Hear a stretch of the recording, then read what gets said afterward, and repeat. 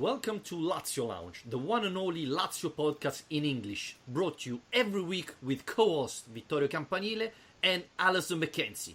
You can listen and subscribe to the podcast on iTunes, Spotify and Spreaker. Please remember to rate and review the show. You can also support our show on our Patreon page, patreon.com/Lazio Lounge. Membership starts at just $2 a month and you will help us improving our show. And now it's time to talk about Lazio. Hello everybody, welcome to another episode of Lazio Lounge. I'm Vittorio Campanile, with me Alistair McKenzie. Alistair, would you expect before going through Lazio-Atalanta that Simone Inzaghi's team would have won all the Serie A matches?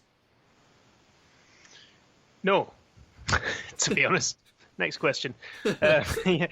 It's been absolutely remarkable, to be honest. Not in a million years would have said we would have won all those games. I mean, I think that there was enough, we'd done enough up until that point to suggest that we could win all of those games, but not nearly enough to suggest that the team was capable of that kind of consistency. And, this is the first time since September last year, I think it was, that we've actually won so many games consecutively. So it's not something that happens very often. But yeah, here we are. And all of a sudden, we talked after the last international break about this run of games being crucial as to what Lazio's objectives for the season are going to be. Now we enter the November international break and we're in third place. I mean, it's I'll take it. It's incredible, Alistair, how Lazio had a couple of very complicated matches, because let's not forget, after the match in Glasgow there was Fiorentina away and Inzaghi had really one day to prepare that.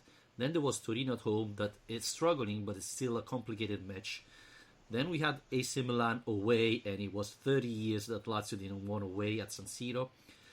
And then, we had Lecce, that is probably one of the best teams of the one that are fighting for the relegation. And thinking about what Lazio did at the beginning, when we were playing against Sampdoria, Spal, Roma, etc., who could expect that Lazio would have get 12 points out of these 4 matches? It's simply, unexpected, I would say. Yeah, and I think actually a lot of credit is owed to the team and Inzaghi for the way they played in this game on Sunday against Lecce, because the difference between this one, I suppose, and the other 3 you mentioned is that this has come on the back of that defeat to Celtic on Thursday, which, although it was in the Europa League, I think must have had some sort of impact on this team, because, again, it was a case of throwing away a lead. Again, it was not taking your chances, sloppy goals conceded. It was the same old kind of criticisms coming back again. And I think there was a risk that kind of performance would have stalled the momentum a little bit.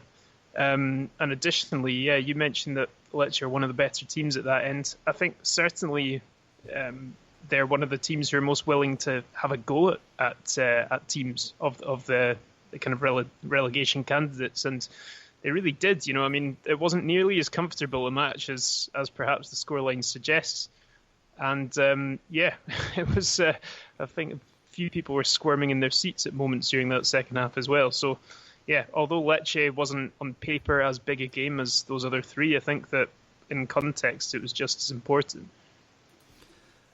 How are you surprised of the fact that we are not doing a podcast after the Europa League and the result that Lazio's getting in Europa League? I didn't expect that to be, so effective to the players. But, if this is the problem, Inzaghi, we can start and do the podcast even after the Europa League. I think it's a bit late now, isn't it? Well, it's not. We still have a chance, but yeah, maybe next year we're going to do even the Europa League podcast, because we never thought that players were so concerned about our podcast. So there'll be a Champions League podcast next year, Vittorio. Come on. Oh, don't say it! Don't say it! Sorry. You see, you can understand when you are not from Rome and not superstition like every Italian fan, Yeah. Anyway, Alistair, yesterday I was thinking, in the second half, I was like, am I in another dimension? When Patrick was substituted, I thought, no, he was playing great. Why do we substitute Patrick? And I said, wait a minute, what I'm saying, I cannot believe I was praising Patrick playing central defender, I always said in this podcast and everywhere that seeing Patrick playing that position scares me. But yesterday, Alistair, I thought he was the best defender. So I don't know. Are we in another dimension or what's happening? Well, I mean, he has shown his value from time to time. This experiment of playing him there, I think it's not always convinced everyone, like you said, but actually the other thing you have to remember is he doesn't get a run of games very often. I think there was one period last season when he was getting picked for every match for maybe 3 or 4 in a row. But other than that, he's really not had many runs of games to actually get used to that role. So, yeah, I thought he did a decent job. To be honest, I'm surprised he's the first player you're going to in terms of praising people for yesterday. But yeah, it was probably one of the more surprising performances. Well, definitely, he has been the biggest surprise of the match, I would say. Knowing how bad I consider Patrick as a defender, I thought yesterday he was the best defender, and that was astonishing. I was surprised to see him leave, because I don't think he had any injury. I thought that was just an Inzaghi decision, and he didn't even receive a yellow card, if I'm not wrong. And your friend Bastos, when he came in, was terrible. So I thought that was a bad decision from Simone Inzaghi. But another thing I tweeted yesterday was Acerbi crosses much better than Senad Lulic. I think I cross better than Senad Lulic.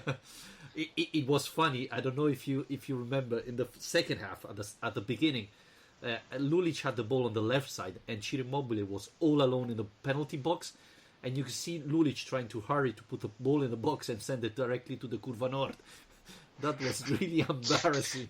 The thing is, right, with Lulic, it's just the fact that he always has to cut in on his right. And when you look at Milinkovic-Savic's goal yesterday, for example, that highlights that quite well, because Acerbi could find that angle and kind of wrap that cross around the defenders into Milinkovic from that angle, because he's on his stronger foot there. But Lulic is just so predictable. He kind of does one of two things. He'll gather the ball on the left, and then he'll either kind of batter it down the line and go chasing after it and rely on his speed, and then have a pretty inaccurate, usually low left-footed cross, or he'll cut back in on his right and kind of lob one in the box, hopefully.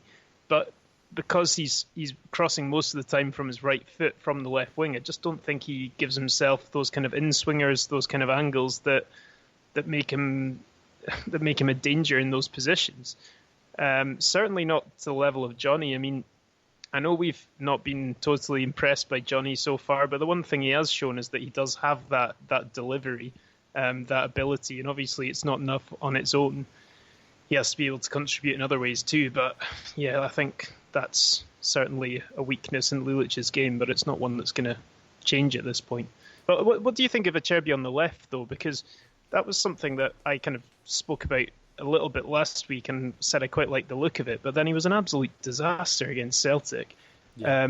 It's his worst game for Lazio. I don't know how much of that was down to the fact that he was in that position or not, but then he got that assist for Milinkovic. So what are you thinking about that? Is this a signal that Inzaghi's wanting to do this full time, that he's played him there on the left now 2 games in a row?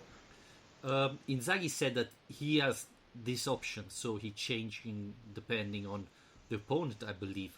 I think Acerbi loved that position because he can push more, and we saw it during the season, right? That we saw Acerbi pushing often. And on the left side, he can be dangerous. Now, I remember, when was it? This summer, he did a friendly match, I think maybe against Auronzo, and like the second half, he played left winger, and Corriere dello Sport wrote, Acerbi can play in different position, even left winger, which didn't make sense. But you can see that he likes playing there. And you talk about the assist. The problem was that Thursday he was terrible. Now the question is, and I don't have the answer at the moment, is did he make those mistakes because he wasn't used to playing that position? Because obviously the movement you make as a central defender are different if you play on the left side. So I don't know if that's the reason why. The other thing is, if Luis Felipe play in the central position, he's very good coming out with the ball out, and we saw it in the first goal yesterday. One of the reasons why Lazio scored is because Luis Felipe brought the ball till the penalty box of Lecce and created superiority there, and that helped definitely Lazio finding a good spot. So I don't know if that's the reason. We thought at the beginning, Alistair, that maybe that was for helping Vavro playing more, but yesterday he did the same thing with Luis Felipe. I don't know if this is because Radu is not there, and when Radu comes back, this will be forgotten. But yeah, I thought that with Acerbi playing on the left side, Lazio was pushing much more than usual. Speaking of the left side, I got a question on Facebook from Brian O'Donoghue asking about Lukaku, saying why is Lukaku not playing when he set up 2 goals the other week, talking about the Fiorentina game. Well, Inzaghi said in the press conference before the match that he thinks Lukaku is not ready to start a match. He's going to become very useful as he improve his fitness, but at the moment he's not ready to start. Which, Alistair, I can understand, but we are, what is it, the 11th of November, and Lukaku started training with the team beginning of September, so I thought he should be ready. The thing is, with Inzaghi, he's really struggling to change things. We know on that left side, Lulic will start, or eventually Johnny. He doesn't change that many things. I think it's time for Lukaku and he was warming up yesterday before I think Lazio scored the second goal.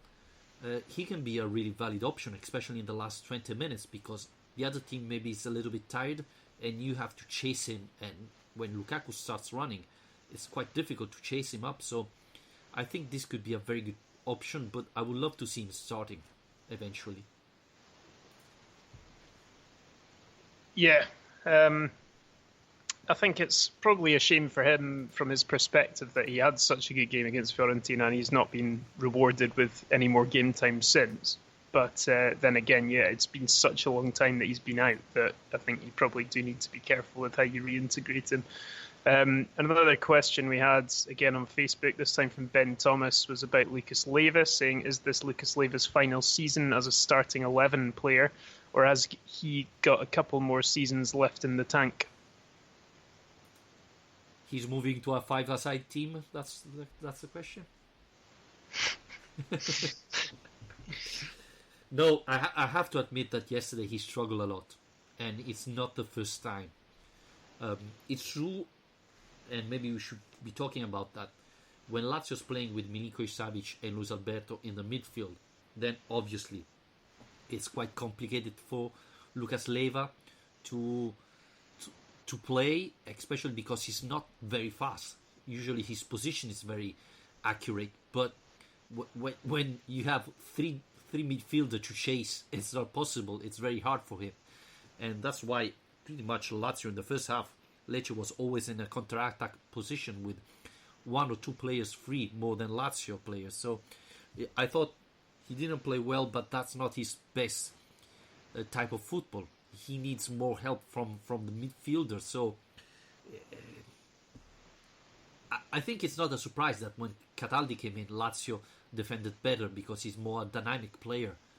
But I don't think his days are over, honestly. And let's not forget that Leiva wasn't 100% fit. Inzaghi said before the Celtic game that he was in doubt to play. So I don't think he's 100% fit, and that doesn't help him at all. Yeah, I mean, I wonder as well, Inzaghi is so experimental with this defence. The fact that we've just talked about Acerbi being put out to the left and Vavro and Felipe both tried in the centre, and he's shifted the others around on the left and the right all the time. I wonder if some point he's going to have a tinker with the idea of Lucas playing back there as well, because it's only happened, I think, once in my memory as a kind of emergency while he's been at Lazio. I think it happened at Liverpool, but very rarely. But I do wonder, because he's got that positional awareness, he reads the game very well.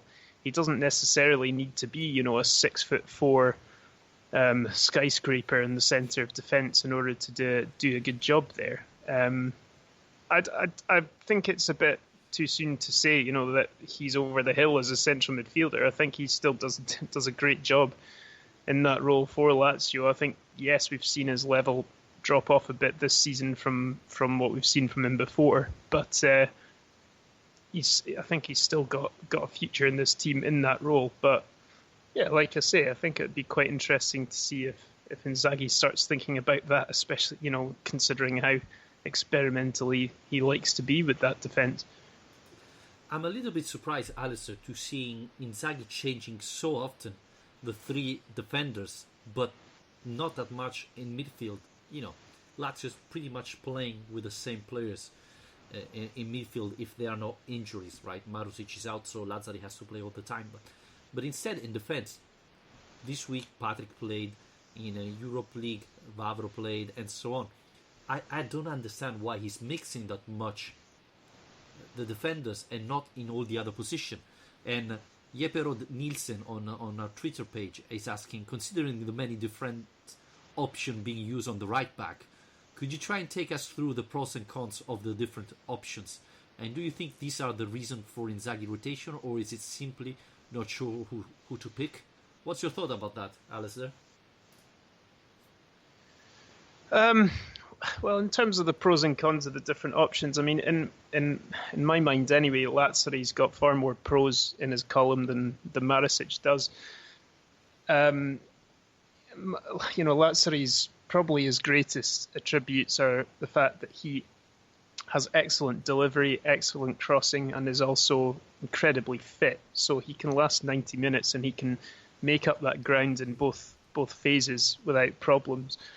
I think he's struggled perhaps more than we expected, certainly more than I expected in the kind of early months of his season at Lazio. But I think we've seen a lot more from him recently. I've been really impressed with him during this run of form recently. I think he's been crucial to that. And when it comes to Marisic, I think inconsistency is really his biggest issue. You just never know what you're going to get with this guy, because he does have good attacking instincts. He takes up good positions. Don't forget, he used to play as a winger. But sometimes he's guilty far too often of making the wrong decision, of perhaps not backing himself when he should to kind of swing in a cross or make a surge towards goal. We've seen him do some incredible things, score some great goals. If you think about the one against Marseille last season, for example. So he's definitely got that ability, but he's just a very frustrating player. And I think as well, there are probably more defensive question marks about him than there are about Lazzari as well. So yeah, I think Marisic, it kind of swings around always with Lazio which players are the ones who are kind of getting on the receiving end of the fans' frustrations. That moves around fairly frequently. Yesterday, interestingly, when I was at the game, it seemed like it was Milinkovic more than anyone. But Marisic has definitely been on the receiving end of some of that in his time here as well. But I think it's just, for me, it's a case of him finding some consistency. I don't know if you agree with that. Yeah, I don't know if he's shy a little bit, but I think this season he played generally a little bit better than last year. So this is a little bit positive. Probably he knows, sure. With Lazzari playing there, he has to fight for a little bit more playtime, so he's probably playing a little bit better. But to be honest, yesterday, the second goal, I blame Bastos. But watching it back, I think even Lazzari forgot to go back and mark his player, and this didn't help Bastos. So, Lazzari as well is making some mistakes when he have to defend. But true to be told, if you're playing with the 3-5-2, the wingers have a lot of field to cover. And it's not easy to be always in the right spot in the right time, and sometimes they are not there, and they make mistakes. So again, as I said, the 3-5-2 is a very complicated tactic. It can be very good, but it's very difficult to play every time like that. I think Marusic can be a much better player. He's not at the moment what I thought he could be when he came to Lazio, but maybe this year he's going to improve a little bit. Now, one thing very important, Alistair, he pretty much missed all Alonso training. He got back, what was it, in beginning of September. Now he's back with another injury. I don't know if he's becoming an injury-prone player, but this doesn't help him, right? To find the right form, to get confidence because he's playing, then he's injured again, then he starts playing again, has to recover confidence. So obviously this is not something that helps the play. Yeah, and on top of that, he had this suspension in Europe as well for, was it 3 games, I think. So, yeah, in terms of the second half of that question that you read out about if that's the reason for Inzaghi's rotation, I think Inzaghi's had to just kind of play that selection based on a number of factors. It's actually not been that often that he's had both players fully fit, ready to go, and a week between games or anything like that. When we've had all these games coming thick and thin through Europa League and Serie A, and injury and suspension issues mounting up as well, I think that's had a lot to do with it. But also, I mean, I think it's without doubt that Lazio is the first choice there, and Inzaghi sees him as the first choice there. But yeah, the fact that he started a bit slower than expected has given Inzaghi the chance to give Maricic game time, and like you say, he has played better this season than what we saw last year. So hopefully, it's healthy competition is a thing. It does exist, and it can bring out the best in players. So hopefully that's what we're seeing here. And if we get a fully fit Maricic who's capable of coming off the bench or getting rotated into games and making a difference, then that's going to go a long way. Yep, absolutely. And we have another question on the right wing. Erfan Goharian on Twitter. I hope I said it right. What do you think about the support Lazio is getting on the right side? I think he and generally our right wings is not supported well by others. Correa and Alberto are more comfortable on the left side and thus tend passing more to Lulic than Lazzari, while Lazzari has more potential. What's your thought about this, Alistair? Yeah, I thought it was a really interesting question. It's definitely true. I mean, I think we talked about that last week, the fact that Lazio have the biggest percentage of attacks in the league going down the left and the lowest in the league going down the right, which says a lot about the areas of the field that they like to operate in. In terms of the support issue, it's an interesting one. I mean, Stefan Radu is always complimented by Inzaghi for his ability to contribute to the construction, and he is more comfortable, I think, at playing out from the back than several other players in that defence. Also, I think having Luis Alberto on that side makes a massive difference because he is the creative hub of this team. So the fact that the players will look to him when they're in possession, because he's the one you want to give the ball to and he gets the attacks moving, and because he plays on the left-hand side more often than not, that's the way he'll be looking. So yeah, I mean, for me though, I think you just expect a little bit more from Luis Felipe, for example, when he plays on the right, or even Patrick. Those two guys do have technical ability. They do have, the kind of energy that they can get up the pitch. You already mentioned tonight, Vittorio, that Felipe drove forward from that centre-back spot yesterday, and we've seen him do that before.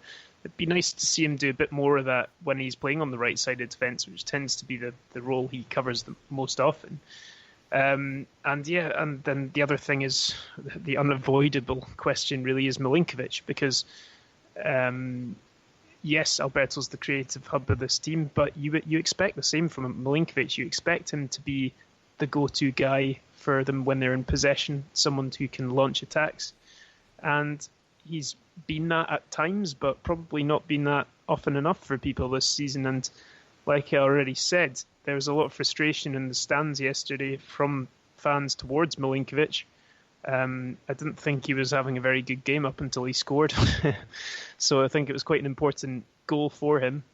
But I think that plays a part in it as well. I think we need Milinkovic to be taking these games by the scruff of the neck a bit more and helping out Lazzari and helping launch those dangerous attacks from the right.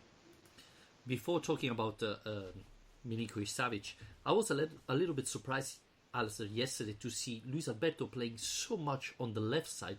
He was playing pretty much in the same position of Lulic. Now, I don't know if it was a decision of Simone Inzaghi to try to open Lecce's defense and maybe make more space for Luis Felipe, or maybe to play near Correa that loves to start from the left side and move centrally. But yeah, obviously with Luis Alberto playing all on the left side, it's difficult to to give a hand to Lazzari. But at the same time, you shift all the other opponent team to their right side, and so you have space for Lazzari. I don't know if it was a tactical decision of Simone Inzaghi or simply Luis Alberto that loves moving there, start moving from there. Obviously, one of the secrets of this team is when Luis Alberto and Correa and Ciro Immobile are playing very close to each other, they pass the ball very fast, and for a defender it's very difficult to stop them, and we saw it in the first goal. So maybe Luis Alberto's trying to play close to Correa for using their speed, their talent with the ball. But yeah, sometimes Lazzari is wide open, and this is something that we noticed already in the other matches, that often the right wing of Lazio is always free but doesn't receive enough time the ball. Talking about Milinkovic-Savic, I think everybody that saw the match, everybody was concerned about Milinkovic-Savic's performance in the first half. I thought the goal changed his match, and sometimes they are players, they are people, and scoring galvanize them. And I think this is what Milinkovic-Savic need, right? A spark to start playing again as the Milinkovic-Savic we all knew. After that goal, the penalty, I thought it was never a penalty, and luckily that didn't demotivate the player, even because, well, Strakosha saved it. But I thought yesterday was two different part of the match. Before the goal of Milinkovic-Savic and after the goal. I thought after the goal Milinkovic-Savic played quite well. I think Inzaghi played in all these matches. Let's not forget that Milinkovic-Savic was pretty much with Acerbi, the only player, and Strakosha obviously, that played all the matches, not only the Serie A matches, but even the two matches against Celtic.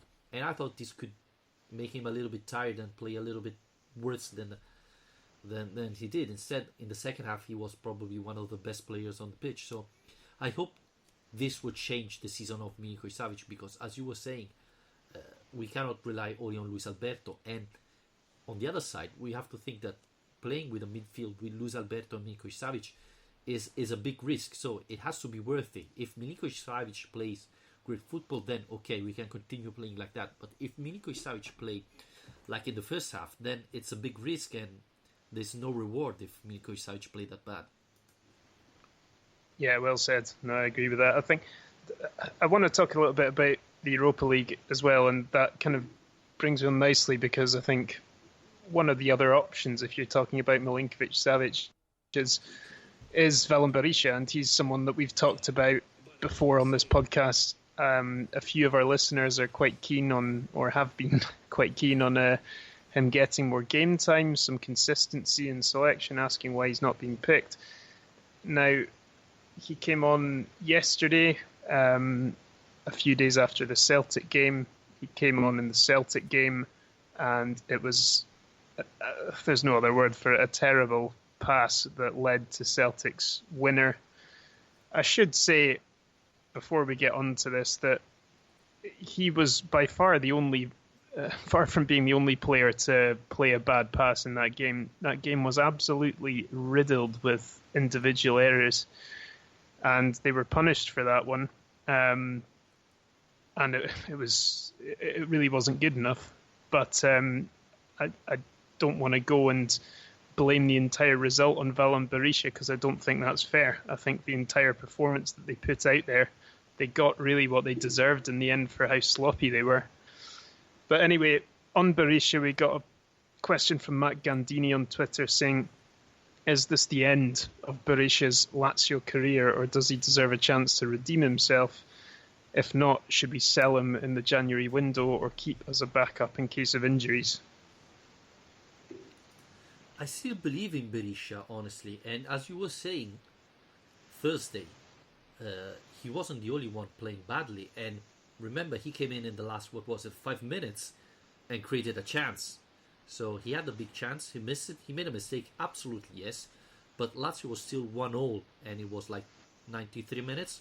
So Lazio, the best would have been to draw the match, and would be useful as well. So I wouldn't blame Berisha on that performance. There was Milinkovic-Savic and all the other players that played rubbish.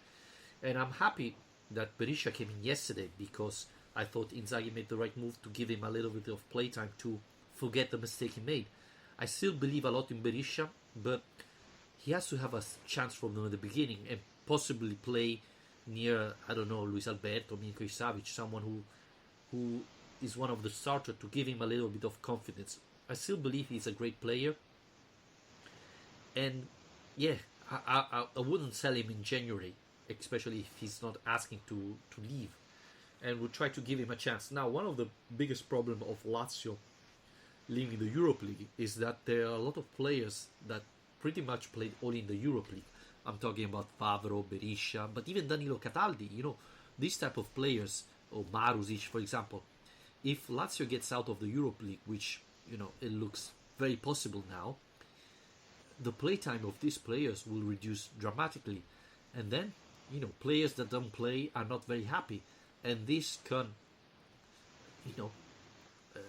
create problems in the lockers, because you're going to see not that many smiling faces because players don't play for 1-2 months and so on. So that could be a big problem, I think.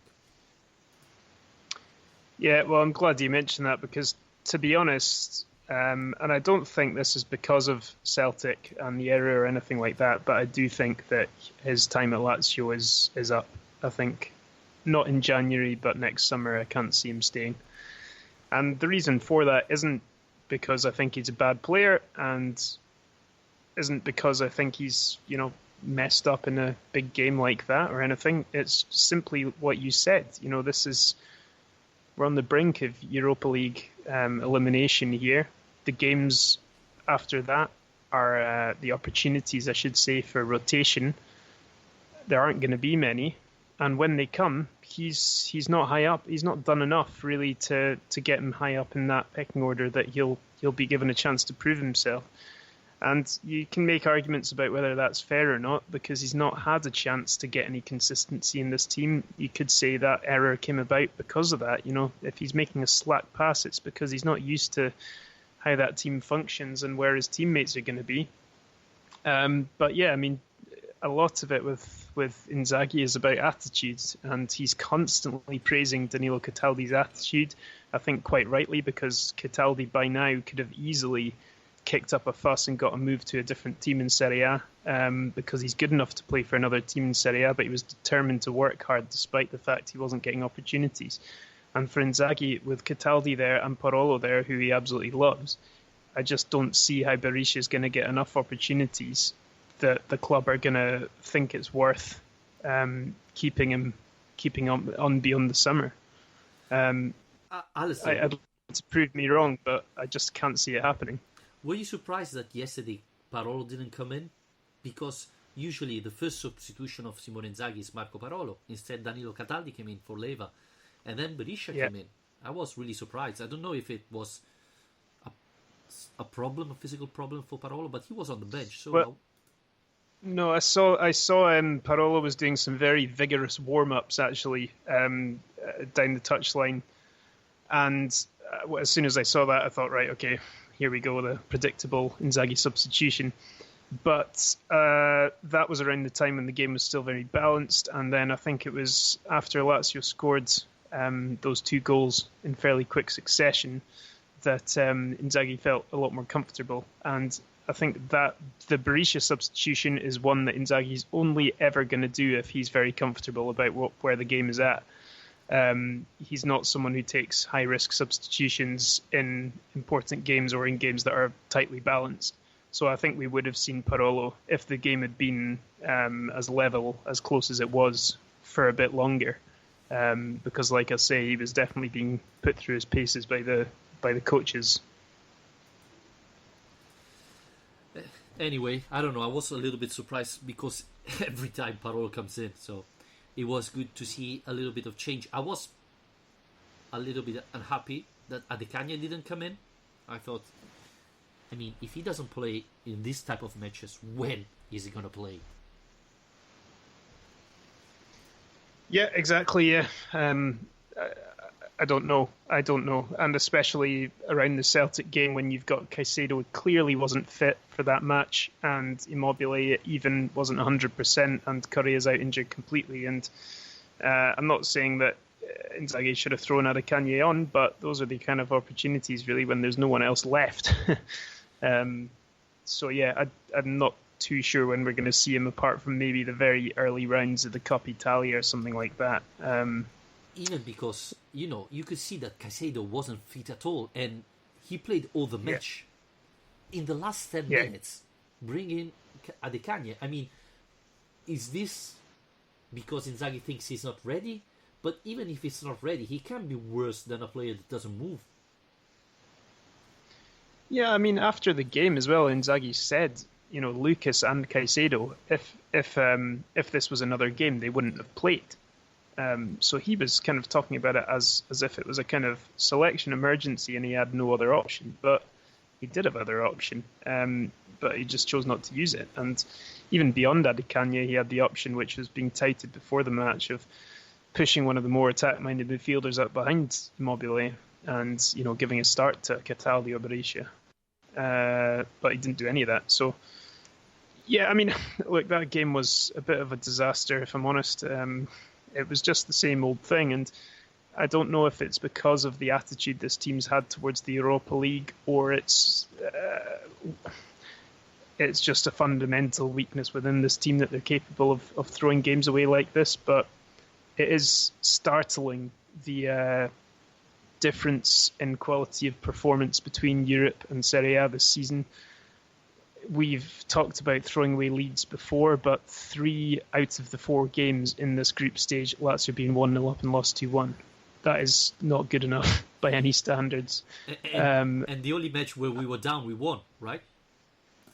Yeah, and even in that game, Lazio were terrible for an hour. It was only after Milinkovic-Savic and Alberto were brought off the bench that they suddenly came to life.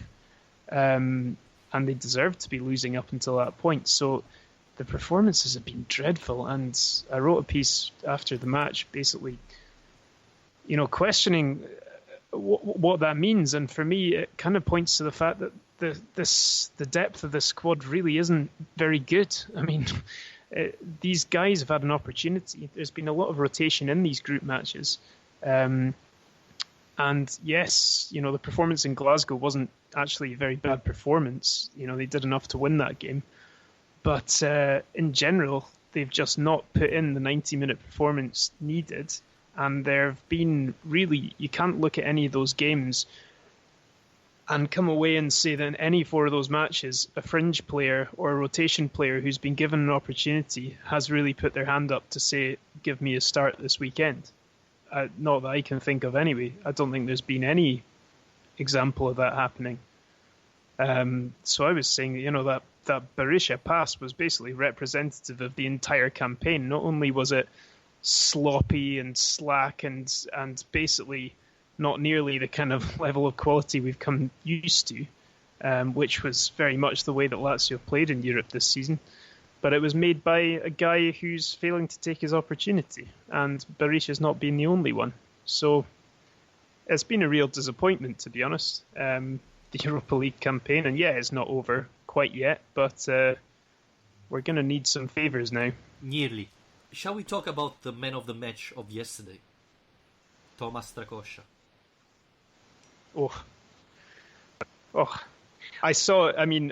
Yesterday I was very, very late in sorting myself out with a ticket, because I actually managed to get along to a game as a fan yesterday, which was a nice treat. So I was sitting in the Distinti Sud Est, so I was behind the goal when he made that save, and it was incredible. It was right in front of me, and I couldn't believe that it stayed out. From the Babacar header is the one I'm talking about, obviously. But yeah, I mean, the guy's reflexes are something else, honestly. A real sight to behold. Watching it on TV, I thought at the beginning that he had deflected the ball against the crossbar. Instead, watching the replay, you can see that he stopped the ball with one hand and pushed it away. And that was simply unbelievable. And even the penalty, I thought it was great. Obviously, the deflection, you should always try to deflect it on the side instead of centrally. But I think he was a little bit surprised of Babacar shooting so centrally, that penalty. But anyway, it's not easy, especially because the penalty taker of Lecce is not Babacar, it's Makose. So as a goalkeeper, you prepare a week for another player, and then someone else show up, and you're still good to save it. Yeah, but they did this recently. I can't remember who else they were playing, and they got because I put Mankosu in my fantasy team, and then he's their very, very good penalty taker, and then they put Babacar on a different one. He missed that as well, so I don't know why they keep giving Babacar these penalties. Surely after yesterday they'll stop doing that now. Fabio Liverani's probably being a bit too nice to him. I think Liverani has it in his fantasy football team, so he tried to make him score. Anyway, we blame, well, not me, a lot of Lazio fan and our listener blame Strakosha, but I thought really he had a terrific match, and again, I think only against Cluj he made a couple of mistakes. Apart from that, I think he was great. And again, I'm watching Szczesny against Brescia, Paul Lopez that become the new Neuer, Andanovic as well making mistakes, Donnarumma, Meret, Sirigu. Every goalkeeper makes mistakes. It's pretty normal. And everybody said, well, he's still good. If Sarakosha made a little mistake, he's terrible. He's playing only because he's Star's friend, I'm sick of this. I really think that Strakosha is one of the best goalkeepers in Italy. I think he certainly is for those kind of things, for reaction saves, agility, and the dreaded term shot stopping. He's definitely among the best in Italy. I think the question marks are more around other parts of his game, aren't they? The decision making when it comes to collecting crosses or not.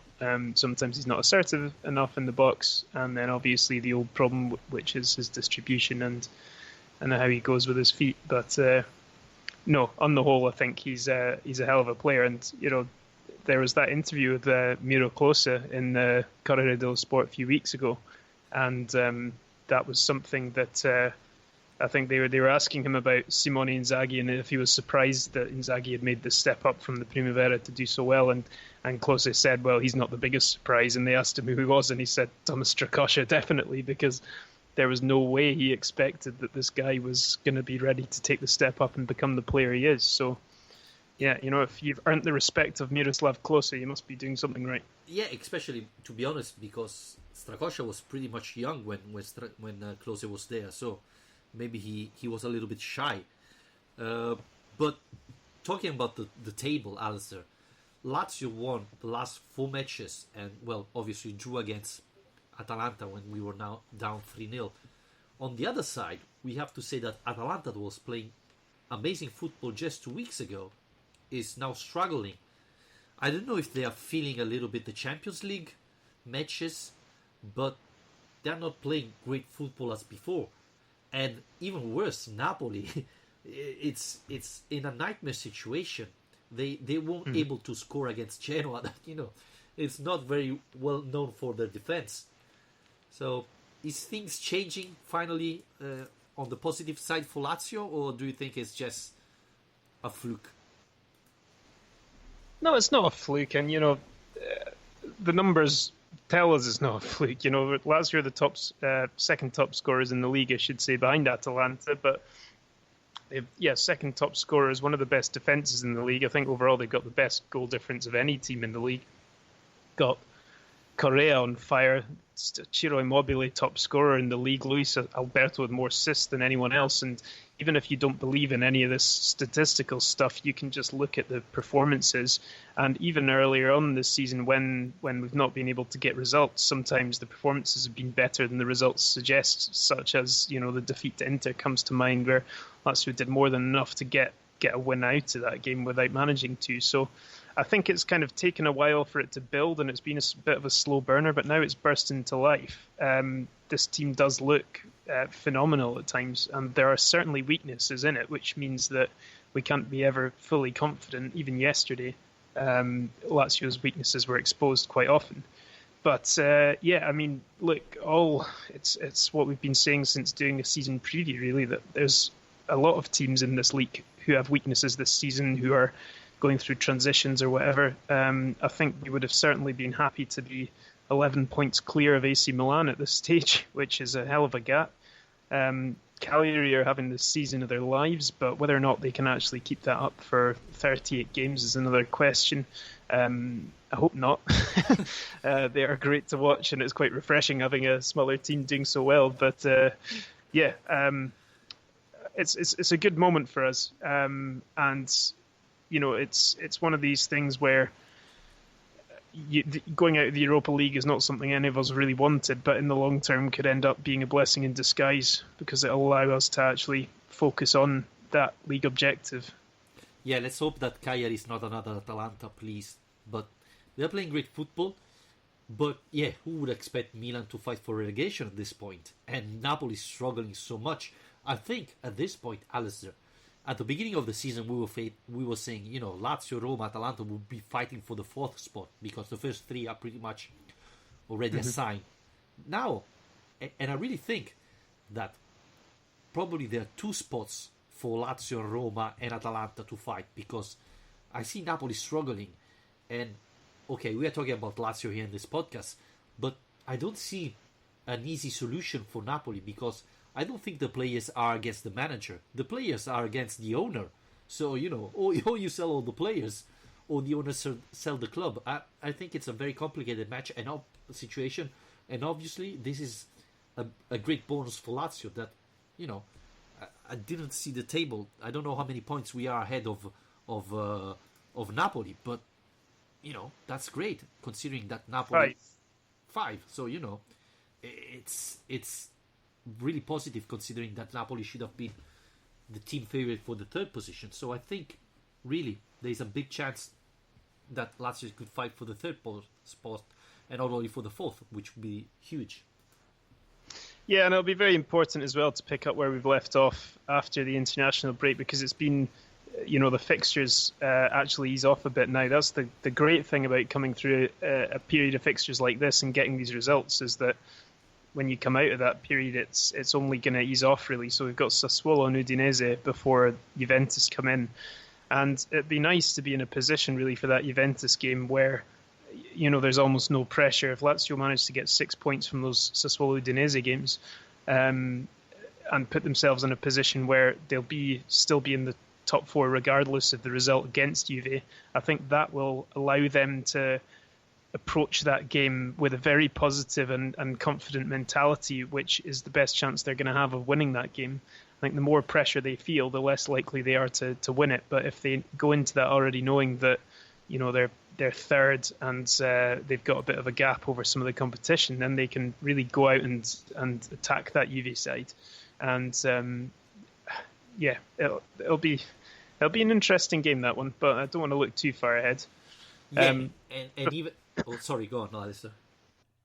I was just going to say before we wrap up or anything, we do have one more question from Kevin Michael on Facebook, which I've not got around to yet. But he was wanting to ask about how does our Europa League form translate to the league form? Why do we never try in Europe before it's too late? And this spans from many coaches now. Surely it has to be coming from Lotito, or does every single manager just not care about the Europa League? Do you get that impression? I don't think the manager don't care about the Europe League. I thought, obviously, you have to rotate the players. Lazio's players cannot cope with playing Europe League and Serie A. So Inzaghi tried to rotate the players. As we were saying before, in Glasgow, Lazio should have won.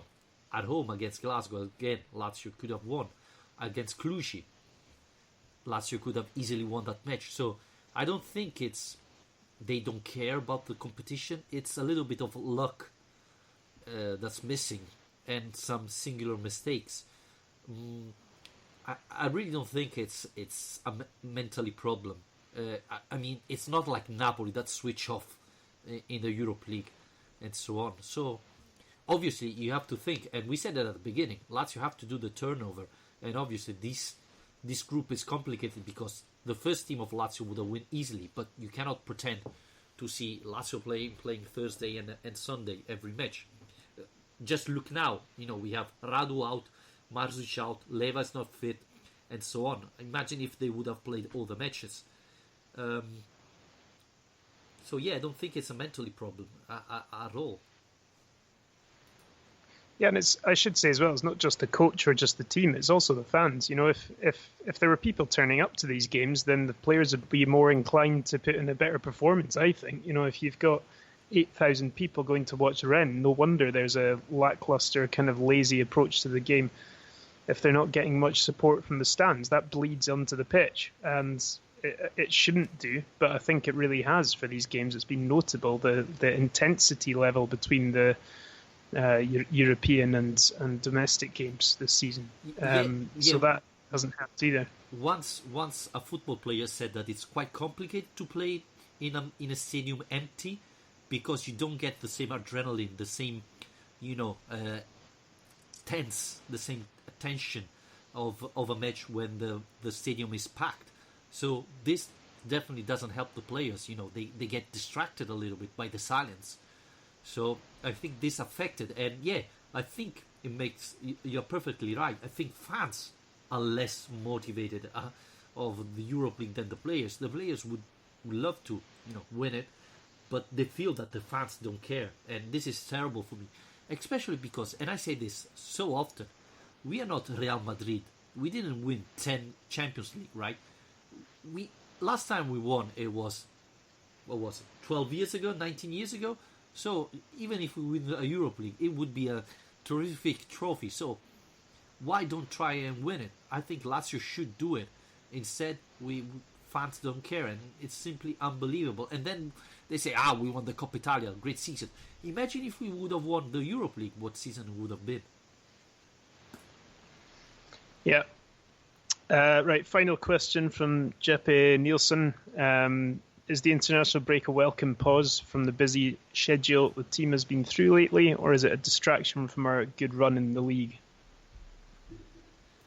I think it's positive. As Inzaghi said yesterday, we're going to be able to have back after the break Marzic and Radu.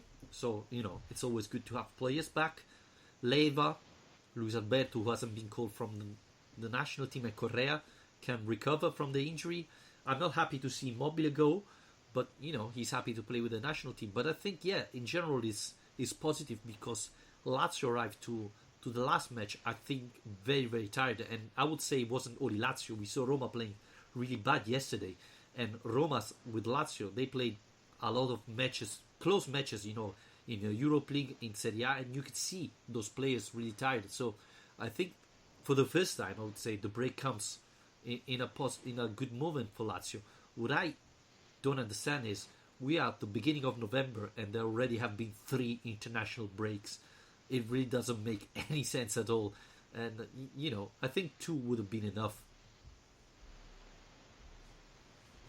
Yeah, no, I agree. I think that, yes, there is momentum, but then again, momentum can soon turn into tired legs. So, especially given the fact that, like I said, the games we're going into after the break aren't exactly the hardest ones we're going to have all season. Shouldn't be taken for granted. But, the fact that we've got Sassuolo, Udinese, give these guys a bit of a rest. Not all of them, obviously, because some of the players will be away with their national teams. I think that on the whole, it's probably a good thing. Yeah, and one thing, Sassuolo and Udinese are a very important match, and we saw it against Spal, that Lazio, against easy team, tend to, make mistakes. So they're a very important match for me, especially after the break, because it's difficult to understand which type of team will play after an international break. So I hope Inzaghi will be good enough to keep the concentration up for the players, because we have to definitely win. Every match is important if you want to go to the Champions League, and so Lazio have to try to win even the coming 2 matches because they could be really important. Alistair, before wrapping it up, do you have a stats? And don't go to Lazio page. I've already been.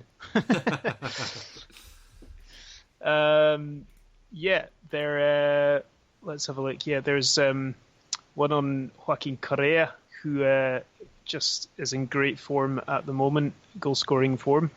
2 goals yesterday. And apparently in his last 4 matches that he's started, he's scored 3 goals. And the only players in November to have done better were Timo Werner and Leo Messi. So that's pretty good effort. And the Leo other one who? that I found... I don't Sorry? know this player. Leo who? Messi. Don't know it. Yeah, he's an up and coming young prospect. You might find something about him in the next few years. But Okay, I will but look for it. The second one I found quite interesting, just because it kind of contradicts one of the big early season talking points, where we had so many concerns about the Lazio's drop off in performance in the second half of games, and that's something they've really turned around since those, the Cluj and Spal games were the ones that really flagged up that concern. But apparently, they scored 16 goals and only conceded 3 in 12 second halves for this season in Serie A, and no one in the league has done better than Lazio in the second half of games. And in Europe, only Bayern Munich have done better than Lazio in the second half of games. So, yeah, I mean that's really positive news, I'd say, considering that was something we were a little bit concerned about not that long ago. Yep, I think, Alistair, we can wrap it up here. Thanks, everybody, for listening. And we're going to talk about Lazio probably next week. Thank you, Alistair. Thanks for listening to Lazio Lounge, the podcast in English about La Prima Squadra della Capitale. Remember to rate and review the podcast and follow us on our social account on Facebook at facebook.com/Lazio Lounge and on Twitter at Lazio_Lounge. And if you like the show, rate and review the podcast and tell your friends to give it a go. Thank you, and always Forza Lazio.